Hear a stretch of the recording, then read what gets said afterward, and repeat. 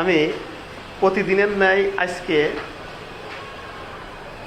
কয়েকটা ক্যালকুলেশন শেখাবো ধাপে ধাপে, হয়তো পার ক্যালকুলেশনে 2 মিনিট করে লাগবে।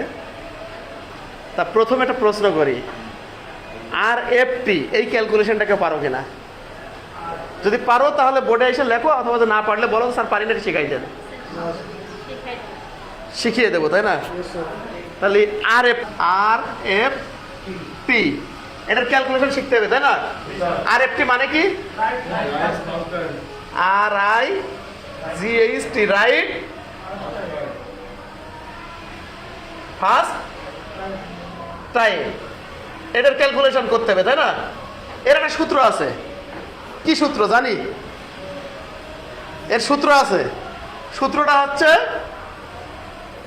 Total pass. তাহলে P A double S E D, total 5 pieces ভাগ টোটাল চেক পিসেস, মানে কোয়ালিটি পাস হলো কত পিস, আর আমি চেক করলাম কত piece. P total check pieces into 100। 100 কেন দিলাম? পার্সেন্টেজ নিয়ে আসার জন্য 100। এখন যদি আমি টোটাল পাস মানে কোয়ালিটি পাস হয়েছে কত পিস এটা ধরি, মনে করেন 950 পিস পাস হয়েছে, ভাগ আমি টোটাল চেক করছি 1000 পিস,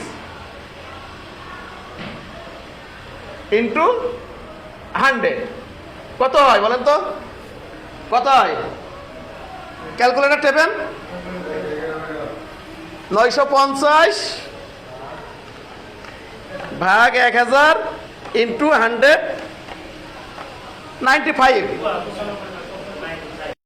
95%। তাহলে আজকে আমরা কি শিখলাম? F R F T, right first time. এটা সুন্দর ক্যালকুলেশন আজকে আমরা শিখলাম, তাই না? না, এই সূত্রটা কিসের? Quality department. আমরা কি ভুলবো? আর এফ টি কি? রাইট ফার্স্ট টাইমের ক্যালকুলেশন কি?